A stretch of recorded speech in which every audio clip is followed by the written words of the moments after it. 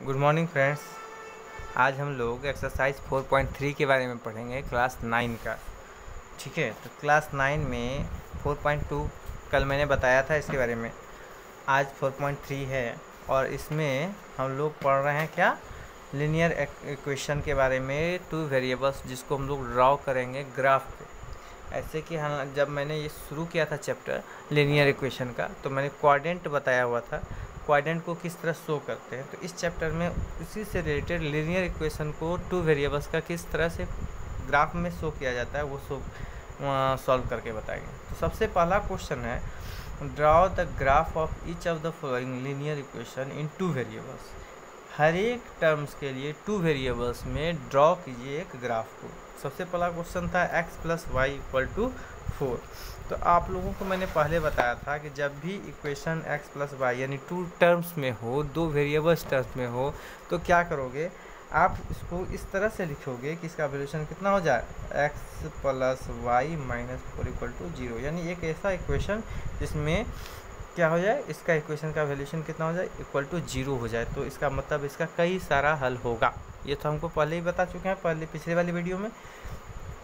अब क्या है, इस चीज़ को आपको बोल रहा है, draw the graph of each of the following linear equation in two variable. दो वेरिएबल में लेना है। तो आप इसको अगर सॉल्व करोगे, देखोगे x = हम लोग लिख सकते हैं 4 - y।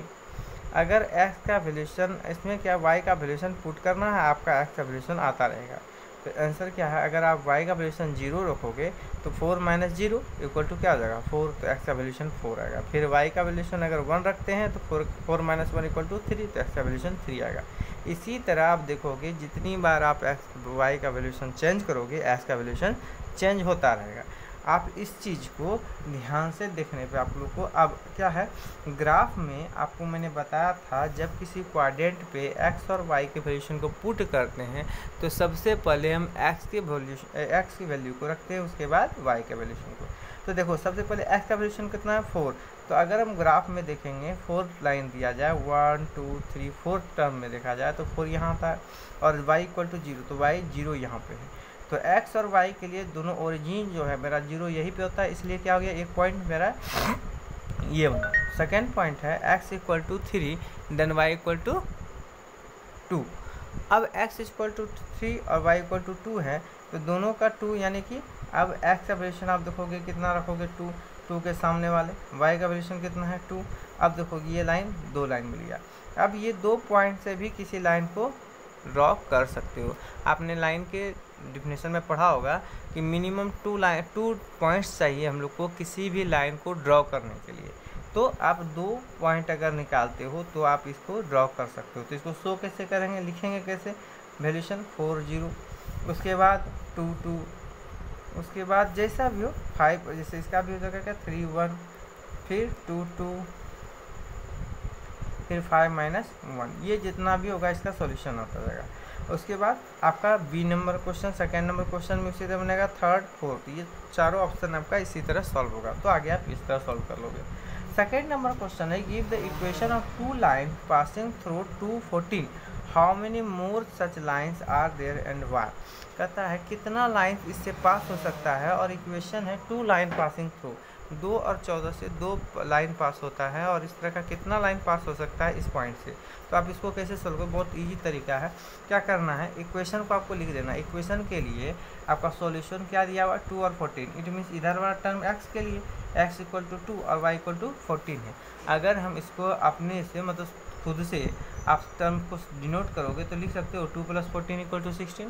तो आप इसके बदले मतलब जो नॉन वेरिएबल है उसके बदले वेरिएबल टर्म्स को शो करोगे। x + y = 14 + 2 यानी 16, यानी हम लिख सकते हैं x + y = 16।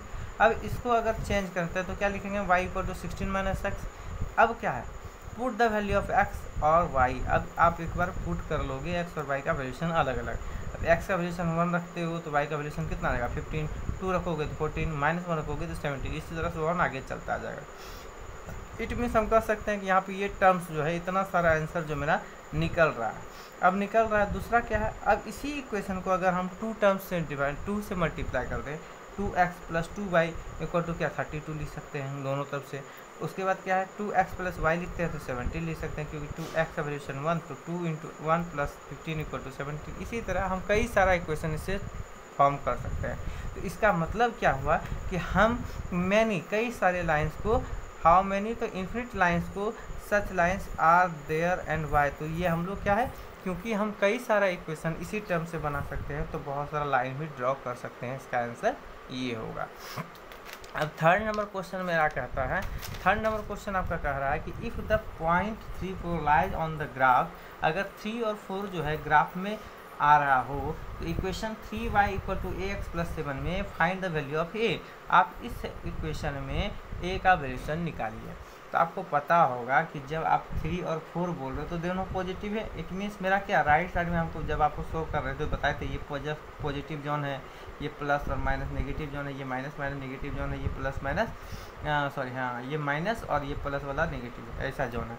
तो इधर का टर्म्स है। अब क्या है 3y equal to ax plus 7 find the value. तो अब चूंकि ये किसी इक्वेशन का वैल्यूशन दिया हुआ है तो x टर्म के बारे में 3 है, y के 4 है, हम यहाँ लिख सकते हैं hence x equal to 3 and y equal to 4। If we put the value of x and y in equation 3, मतलब इस इक्वेशन में अगर हम x और y का वैल्यूशन पुट करते हैं तो हम क्या देखेंगे कि x का वैल्यूशन कितना होगा 3 into 4 equal to a into 3, x का वैल्यूशन 3, y का वैल्यूशन 4, तो क्या हो गया 4 3 12 इक्वल टू 3a प्लस 7।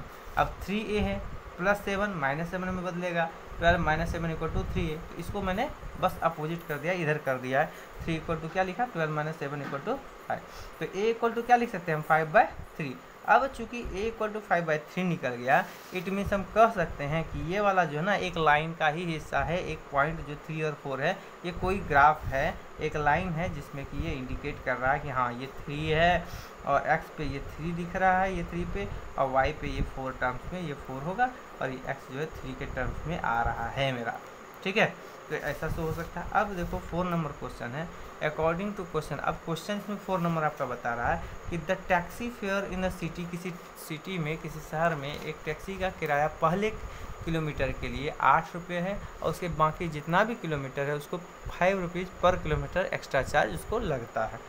तो आप क्या कर सकते हो इसमें, और क्या इसमें सॉल्यूशन तो आपका साथ में ही दे दिया गया। अगर आप नोट करो तो इसमें बोला गया कि मान लो कि टोटल फेयर जो है मेरा y है और कॉस्ट जो है पर टोटल किलोमीटर जो है वो x है, डिस्टेंस जो है मेरा x है। तो आप इसको कैसे शो कर सकते हो, तो आप कर सकते हो क्या कि अकॉर्डिंग टू क्वेश्चन आप लिखोगे for the fare of first kilometre equal to 8, यानी पहले किलोमीटर के लिए भाड़ा जो है मेरा 8 रुपये है।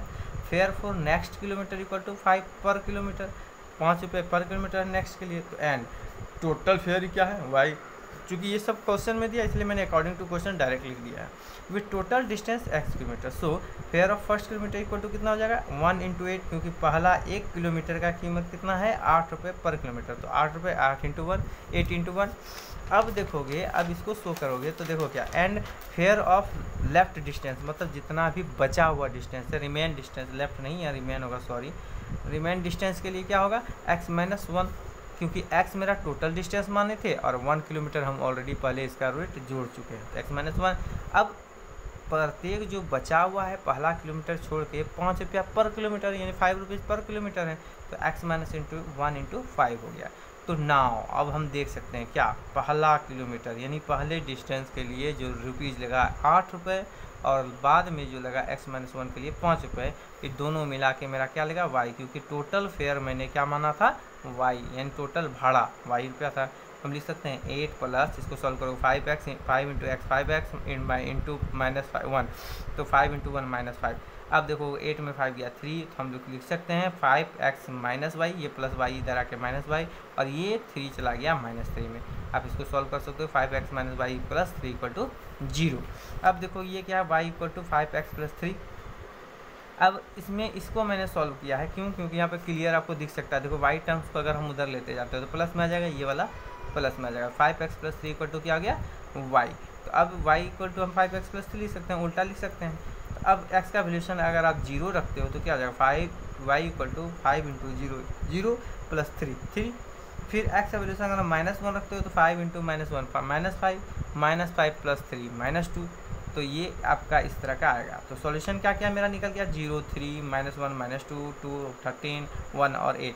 आपको मैंने इसमें ग्राफ बनाकर नहीं दिखाया क्योंकि ग्राफ बनाना बहुत ईजी है। आप ग्राफ पेपर ले लो, उसमें डिनोट करना ईजी रहता है। सेम डिस्टेंस पे ले लोगे, जैसे x मेरा 0 है तो 0 तो ओरिजिन यही रह गया।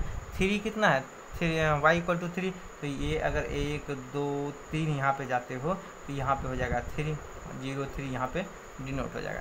फिर -1 -2 है, यानी x का वैल्यूशन -1। अब माइनस वाला जोन कहाँ पे है, तो इधर वाला है, यानी -1 यहाँ पे -1 और 2 यहाँ पे हो जाए -1 और ये 2 यहाँ पे हो जाए, ये हो जाएगा -2। बाय द वे हम सपोज करके चल रहे हैं, क्योंकि ग्राफ में बनाओगे तो ज़्यादा क्लियरली दिखेगा आपको और बहुत ईजी। अगर फिर भी नहीं बने तो आप बताओगे हमको कमेंट में, आगे सॉल्यूशन बताएंगे। ये आपका चैप्टर क्लियर हो गया। 5 नंबर क्वेश्चन है, अच्छा 5 नंबर बचा हुआ था। इसमें क्वेश्चन है from the choice given below choose the equation whose graph are given figure. अब कौन सा फिगर में ये ग्राफ शो करता है, तो देखो यहाँ पे टर्म्स क्या करना है आपको, इसको पहले मत देखो, पहले इसमें देखो। अब x ये y = x, यानी x और y का वैल्यूशन 1 होगा सेम, तो कौन कौन सा हो सकता है, 0 0, चलो एक पूरा हो सकता है। सेकेंड नंबर में क्या है, x + y = 0 होना चाहिए, तो सेकेंड नंबर में x + y, तो -1 + 1 होगा 0, क्या होगा, यानी कि इस कंडीशन में आपका 1 होता है, 2 नंबर तो पूरा कर रहा है। अब 4.6 में क्या होगा, फिगर 4.6 ये पूरा कर रहा है, x + y = 0, हाँ कर रहा है। अब y = x कहीं पूरा हो रहा है क्या, y = x, हाँ 0 0, हाँ ये भी पूरा हो रहा है। y = 2x, तो y = 2x, y = 2x कहाँ है, तीसरा टर्म क्या है, y = 2x, अब ये भी होगा। अब देखो, अब इसमें बहुत सारा कन्फ्यूजन हो जाएगा, तो आप लोग करोगे क्या, करना कुछ नहीं है, बस इसको सॉल्व करना है। कैसे, देखो 4.6 कौन सा फिगर है, पहले ये डिनोट करो, ये है। अब इसमें आप हर चीज़ को टर्म डिनोट करो, y = हो गया x, तो इसको सॉल्व कर सकते हो आप।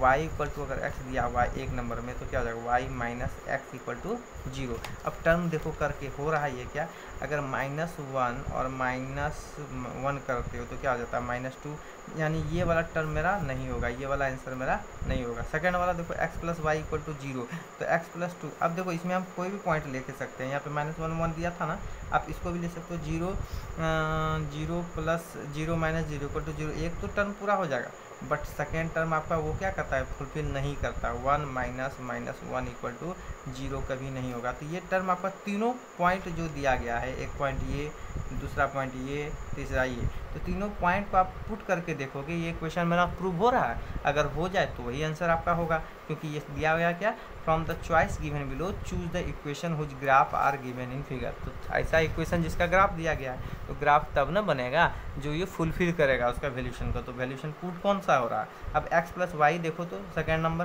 क्या, x + y = 0, तो आप पहला देखो चेक करके, -1 + 1 = 0 होता है। चलो सेकेंड नंबर क्या है, 0 + 0 होता है। चलो थर्ड क्या है, 1 + -1, ये भी होता है 0, यानी ये तीनों डिजायर को पूरा करता है, तीनों टर्म्स जो है 0 को फुलफिल कर रहा है। इक्वेशन संतुष्ट मतलब इक्वेशन को ये शो कर रहा है कि हाँ ये फुलफिल हो रहा है। तो ये मेरा ऑप्शन एंड राइट आंसर हो जाएगा ये वाला। अब थर्ड वाला भी चेक कर लेते हैं, y = क्या है, y = 2x, it means y - 2x = मेरा 0 होना चाहिए। तो आप देखो फुलफिल करो, x = क्या है, -1, तो y = क्या, 1, तो 1 - 2 × -2 सॉरी -1 = 0 है क्या, तो 1 - 2 × 2 कितना हो गया, -4। अब -4 यानी कि 1 + 4 यानी 5, ये तो पहले बार में ही बोल रहा है गलत, तो सेकंड चेक करने का तो बात ही नहीं है। अब देखो थर्ड वाला चेक करते हैं, थर्ड वाला में क्या है मेरा, थर्ड वाले में है 2 + 3 y = 7x, यानी यहाँ पे -1 हम अगर देते हैं, 2 + 3 y का वैल्यूशन कितना है मेरा 1। देखो यहाँ पे इधर वाला y होता है, इधर वाला x होता है, ये भूलना मत। तो ये क्या, 2 × y का वैल्यूशन कितना है 1, तो 1 रखें × 1 = 7x, यानी 7 × -1। अब क्या हो गया, 2 + 3 = -7, तो 3 to 5 = कभी -7 होगा क्या, नहीं होगा, इट मीन्स ये भी मेरा आंसर नहीं है। तो इस तरह आप वैल्यूशन को पुट करके इस सारे का आंसर आप नोट कर सकते हो या मालूम कर सकते हो।